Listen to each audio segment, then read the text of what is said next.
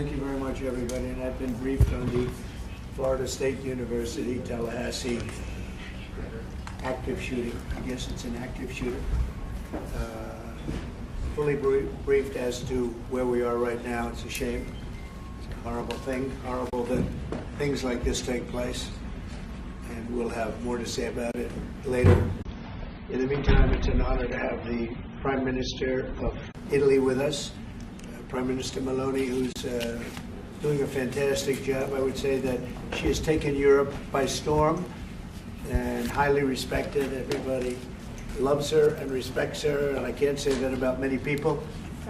And she's become a friend, and we really have a great relationship between Italy and ourselves. And we talked about trade, we talked about many, many things during our luncheon, and she'll be saying a few words, but she's a very special person, and it's nice to have you with us. Thank you very much. Thank you very much, Mr. President. Thank you for your warm welcome. Thank you for this occasion, which is a today is April 17, and April 17 marks the anniversary of the agreement that allowed Cristoforo Colombo to make his trip.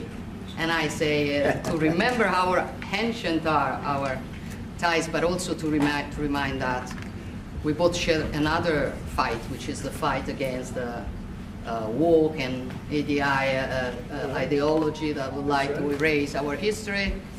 And as I know that we share lots of things on tackling illegal migration, on fighting against synthetic drugs. You know, Italy has been one of the nations that made a plan against fentanyl, for example.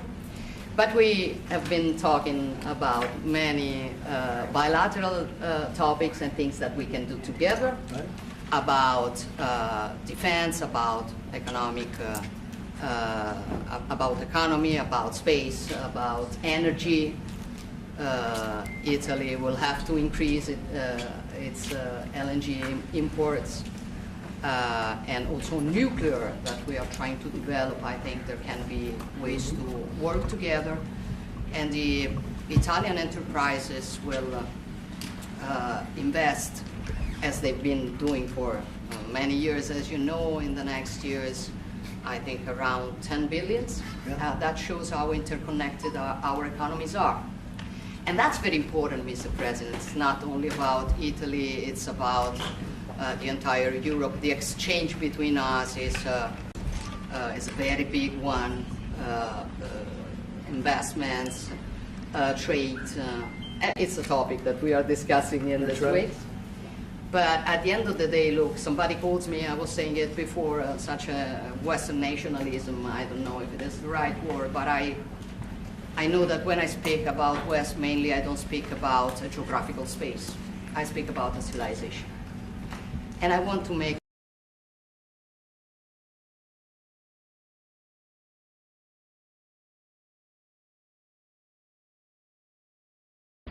try to sit for having accepted an invitation to pay an official visit to Rome in the near future, and consider the possibility in that occasion to meet also with Europe. The goal for me is to make the West great again. Okay? And I think we can do it together. We can. We will keep on work on that. I'm going to close. I want to say only, I'm proud of sitting here as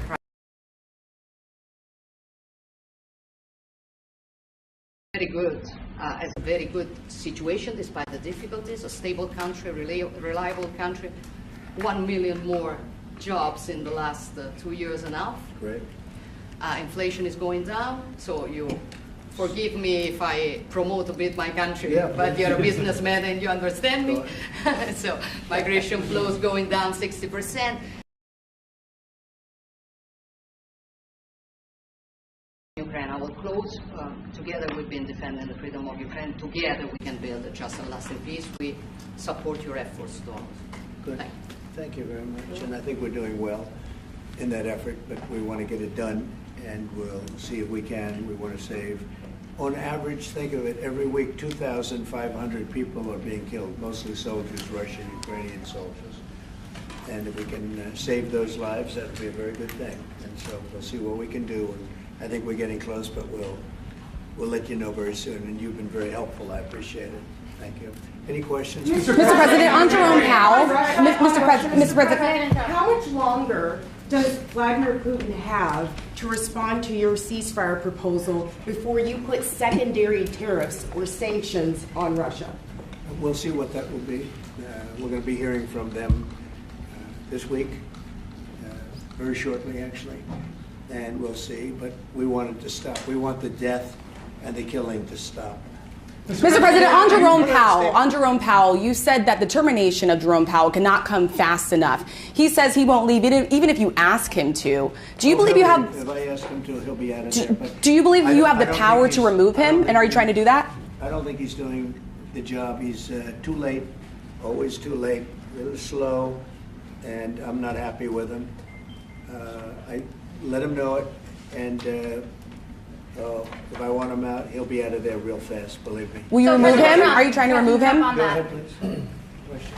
Are you trying to remove him, Mr. President? Do you have a question? Mr. President President, Judge Boasberg, in a case against your administration, said the Constitution does not tolerate willful disobedience of judicial orders. Do you agree with that statement? Well, you're going to have to speak to the lawyers. We have great lawyers. I can tell you this, we're doing a fantastic job of getting criminals out of this country who Biden allowed into the country. Hundreds of thousands of criminals, murderers and drug dealers. And I was elected because of the fact, I would say maybe that was the number one factor, for a lot of reasons, the economy, a lot of things. But one of the primary reasons I was elected is because I said, I'm going to get the criminals that he allowed. I'm going to get them out, and I got a lot of votes, record-setting numbers of votes, as you know. We won everything, the popular vote, all 7 swing states, we won everything, and that's what the public wanted, and that's what I'm doing. But you'll have to speak to the lawyers because it's up to them. Mr. President, what do you think of the proposal from France and UK of a peace mission in Ukraine with soldiers, and do you think that Italy should take part into it? Well, I think Italy will have to make that determination, but peace missions are always good with me. I'm okay with peace missions. Yeah, please. Mr. President, have you discussed, what areas of cooperation have you discussed with the Prime Minister vis-a-vis Italy and the United States and Europe and the United States? And on China?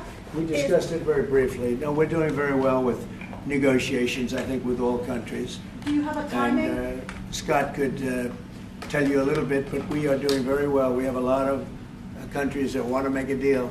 Frankly, they want to make deals more than I do. Go ahead, Scott. Would you say something? Yeah, we've got a process in place. We're working on the big 15 economies first. We had a fantastic meeting with Japan yesterday. I believe there have been calls with the EU already. And then we have South Korea coming in next week. And I believe India is also talking, or that's moving very quickly. Mr. President. On Ukraine, sir, President Zelensky has said he has evidence that China is supplying weaponry or ammunition to Russia. Do you have any evidence along those lines? And also, he said we could see a minerals deal signed this week. Is that? Well, we have a minerals deal, which I guess is going to be signed on Thursday, Scott, next Thursday, soon. And I assume they're going to live up to the deal, so we'll see. But we have a deal on that. No, I have no comment on that. I have no idea. That's his statement, not mine. Mr. President, you waved off an Israeli attack on Iranian nuclear facilities. Can you comment on that? Is that accurate? And they say the attack is what?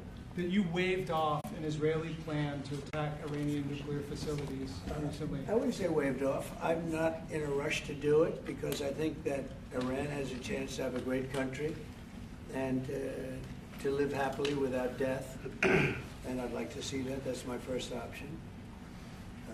If there's a second option, I think it would be very bad for Iran, and I think Iran is wanting to talk. I hope they're wanting to talk. It's going to be very good for them if they do, and I'd like to see Iran thrive in the future, do fantastically well. I know the Iranian people, they're incredible people. always have been very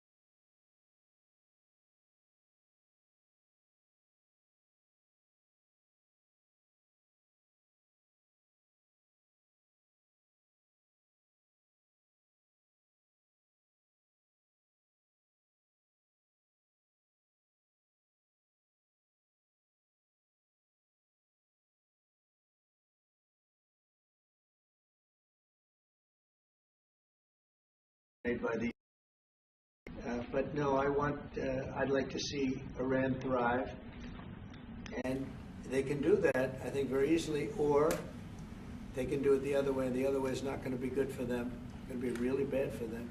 President Trump, what do you make of the NVIDIA CEO going to China? He met with trade officials there. Well, Jensen's an amazing guy. He's become a friend of mine, and I don't know, he's a person that's very proud of our country. He loves our country. I'm not worried about Jensen at all. Mr. President, If court holds you in contempt, will you take steps to return Kilmar Abrego Garcia to the United States and put him in front of a judge? Well, I'm not involved in it. I'm going to respond by saying you'll have to speak to the lawyers, the DOJ.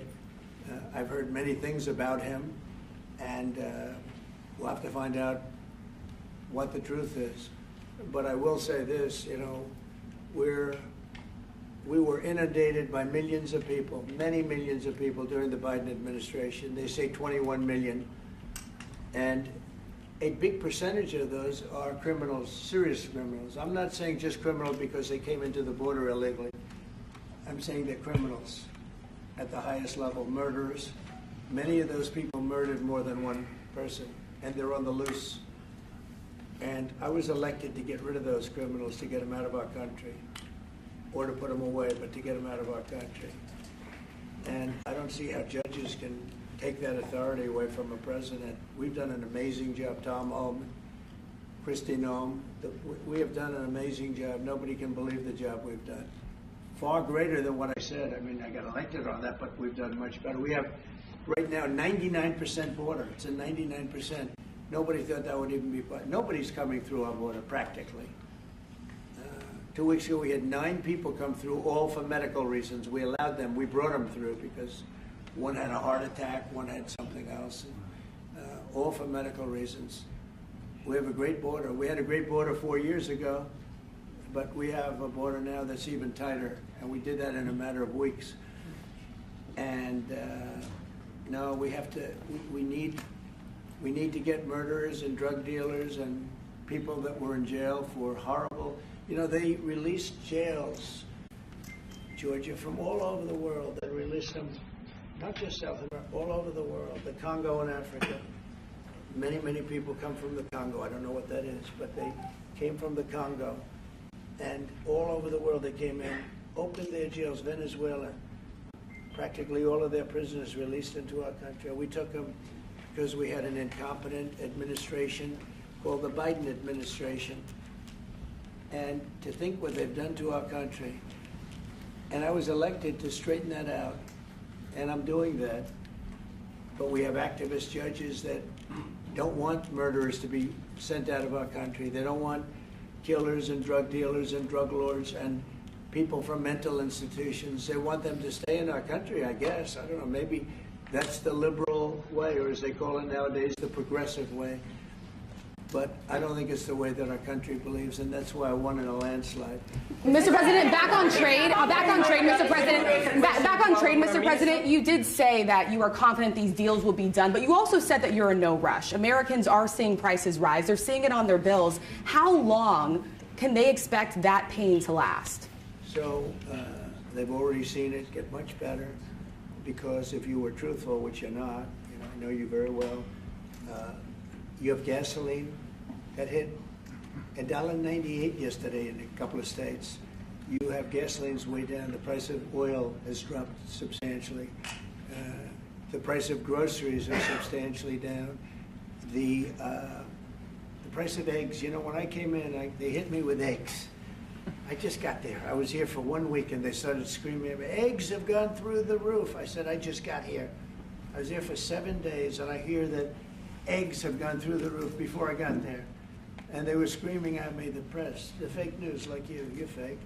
And the fake news is screaming at me like about eggs. I said, I've only been here, this is my 7th day. And they were right. They went up 87% and you couldn't get them. They said, you won't have eggs for Easter, which is coming up. Happy Easter, everybody. You won't have eggs for Easter. And we did an unbelievable job. And now eggs are all over the place and the price went down 92%. And our Commissioner of Agriculture, Brooke, has done a fantastic job. Literally done a fantastic job. So prices haven't gone up. The only thing that's gone up actually is interest rates, because we have a Federal Reserve Chairman that is playing politics.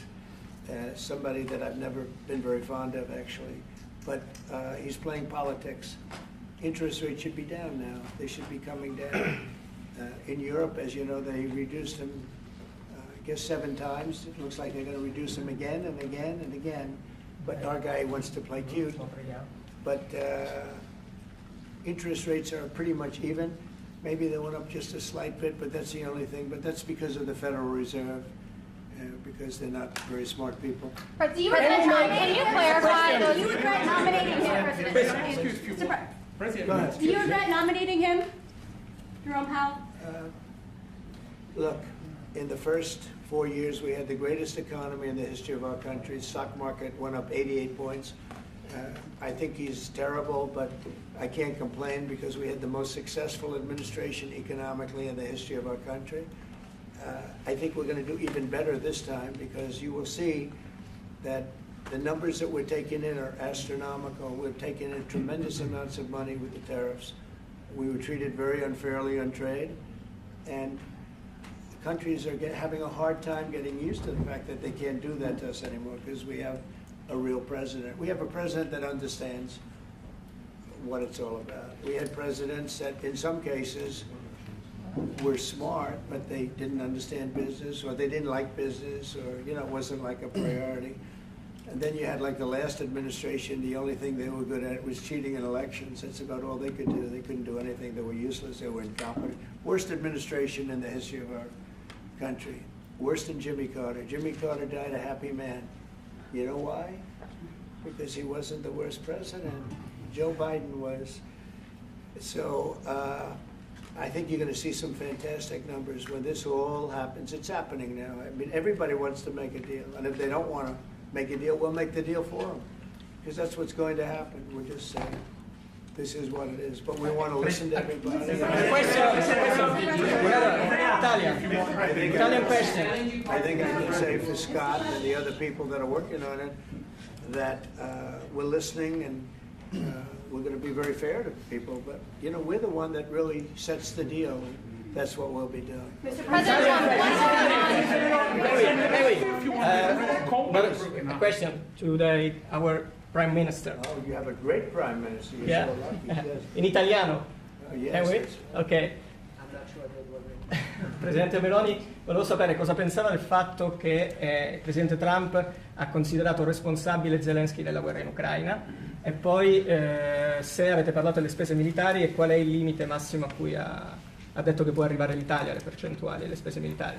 Abbiamo parlato dei massimi a cui può arrivare l'Italia, abbiamo parlato del fatto che l'Italia sta mantenendo i suoi impegni perché arriverà al prossimo vertice della NATO con il 2% che era già previsto, che è stato sottoscritto dai governi precedenti, perché siamo una nazione seria, ma non abbiamo parlato poi di quanto vada aumentata questa percentuale, anche se siamo ovviamente consapevoli che insomma, il tema della difesa sia un tema particolarmente importante di questo tempo. Per quello che riguarda la guerra in Ucraina, lei sa come la penso che ci sia chiaramente diciamo ci sia stata un'invasione e che l'invasore da quel punto di vista fosse Putin e la Russia, ma non è questo che diciamo oggi quello che rivela il fatto che insieme vogliamo lavorare, stiamo lavorando per cercare di arrivare in Ucraina a una pace che possa essere giusta e duratura. Penso che questi siano gli sforzi sui quali condividiamo il nostro lavoro, abbiamo condiviso anche oggi il nostro lavoro.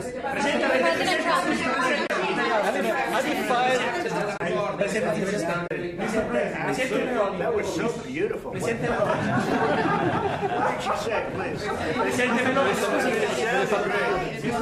was beautifully presented. Presidente Meloni, avete discusso di Cina? Avete discusso di Cina della possibilità anche che l'Europa Have some respect, please. Thank you. Avete discusso No, di no, Cina? no. Deve tradurre. I want to hear what you said. Vuole capire cosa ha detto? Go ahead.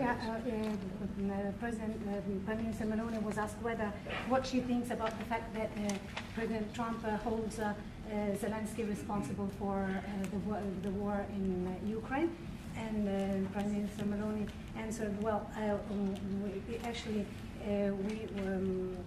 we have." And also if you talked about the military spending, how in the raising of the military spending, and the first thing Prime Minister Meloni said is that no, actually we about military.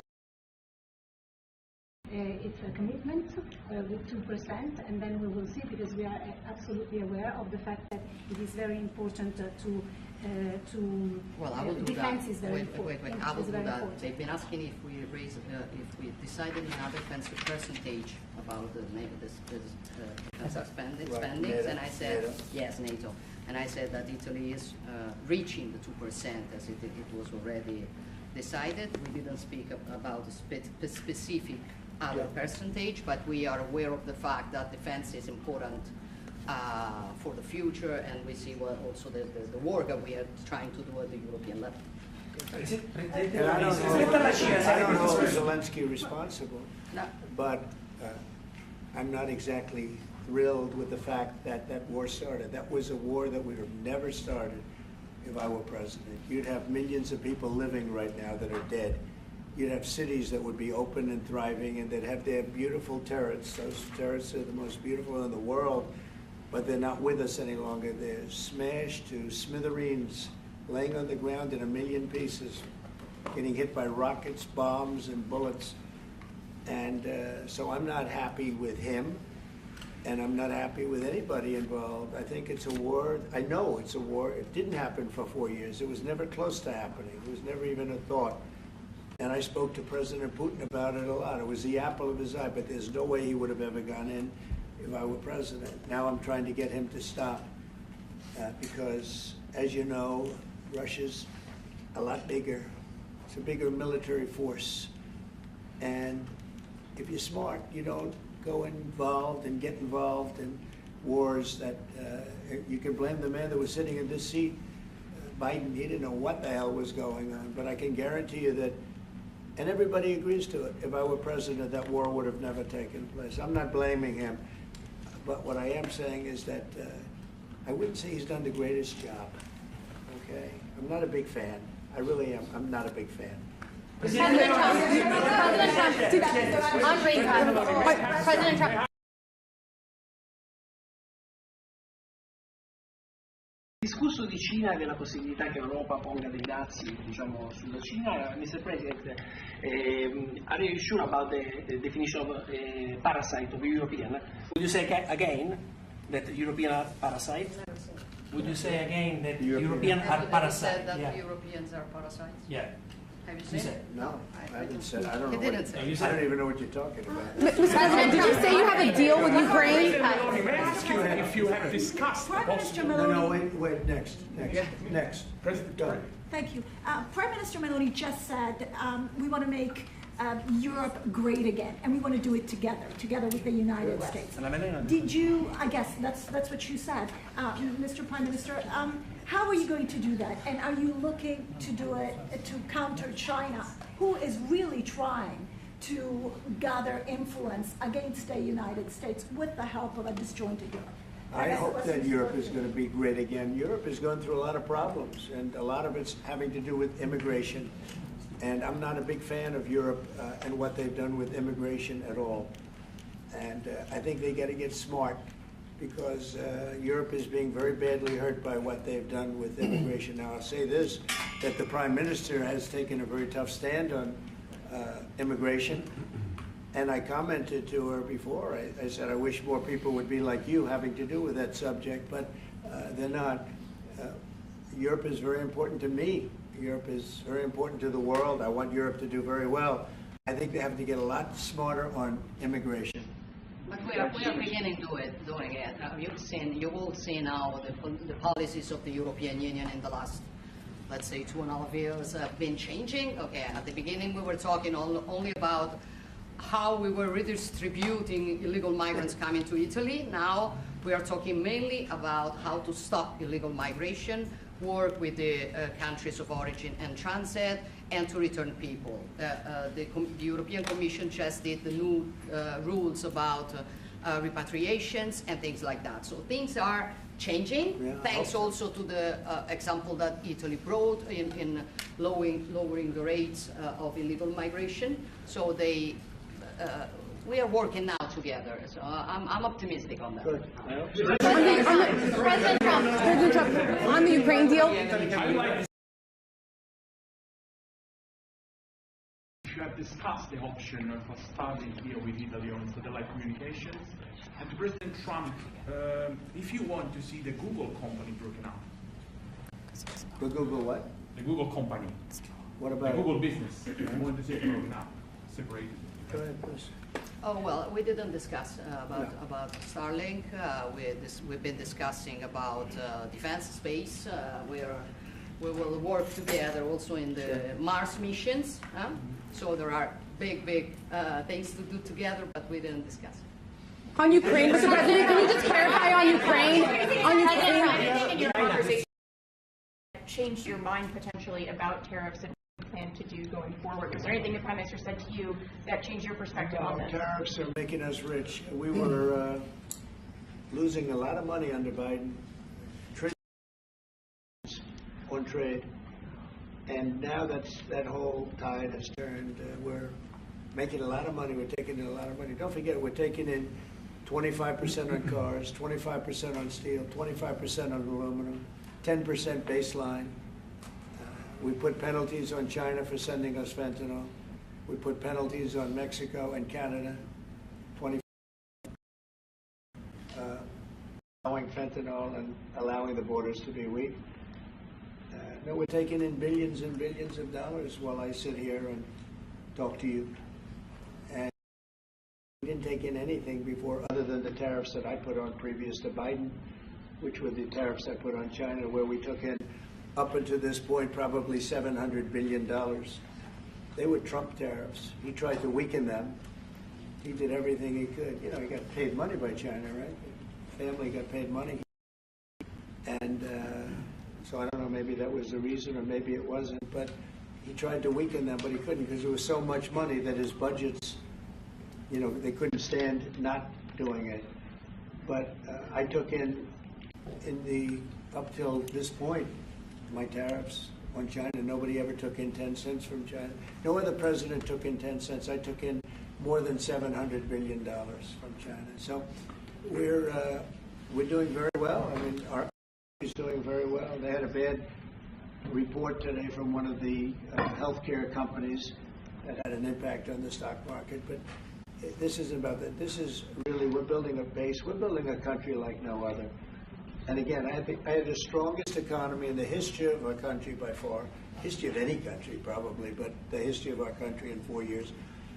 And I think this has a chance to be much better. Can you just clarify on the mineral deal? Will that be signed here at the White House with Ukraine on Thursday? Will President Zelensky be coming here for that? I don't know exactly. I'm going to leave that to Scott. What do you think? Where would it be signed and when?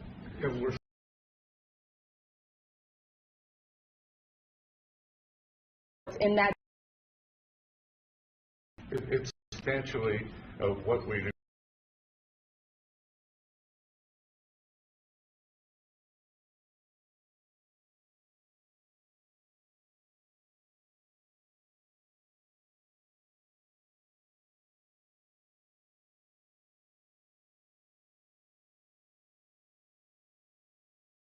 firing if he doesn't change his stance on rate cuts? Or is that on the table, or is it out the Well, question? I think you should do the rate cuts because I think if it's advantage to you, it plays right into their hands. So I think you should do the rate cuts. We don't have really inflation now. I just said the major things are going down. Oil is great. Oil is way ahead of schedule, and that's because of our policies. But oil is down into the $60, $65 range now per barrel. And I told you, in certain states we have less than $2 for gasoline. And food is down, groceries, as we call it, are down. Other than interest rates, everything's down. Interest rates are pretty flat. It's not that they're up, but we should be better than flat.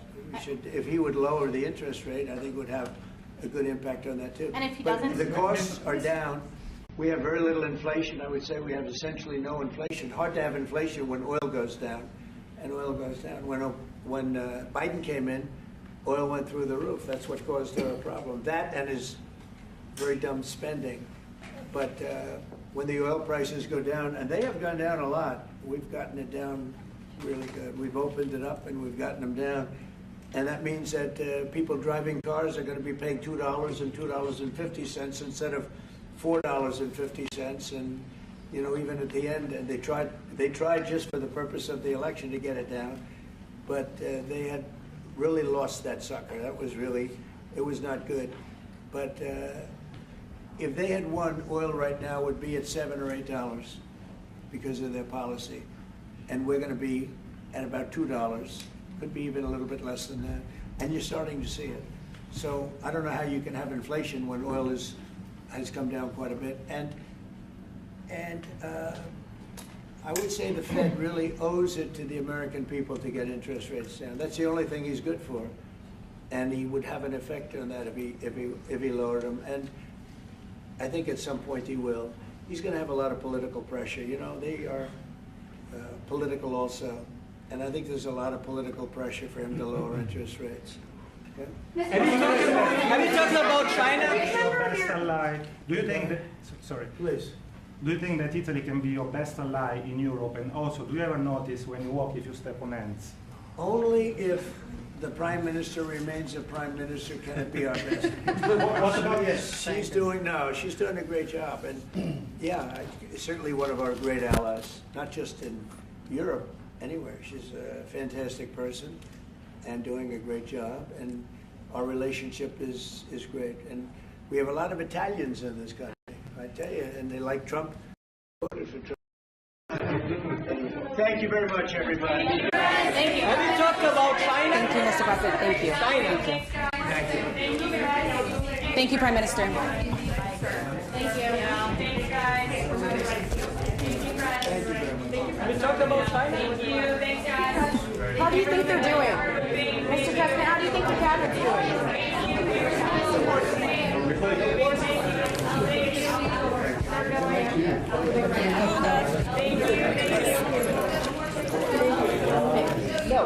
Thank you. Thank you. Thank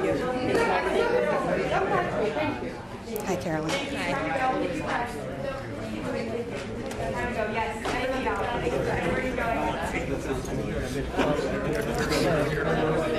Keep walking, keep walking, keep walking, keep walking. Down the line. Keep going. Keep going. Keep going. Thank you.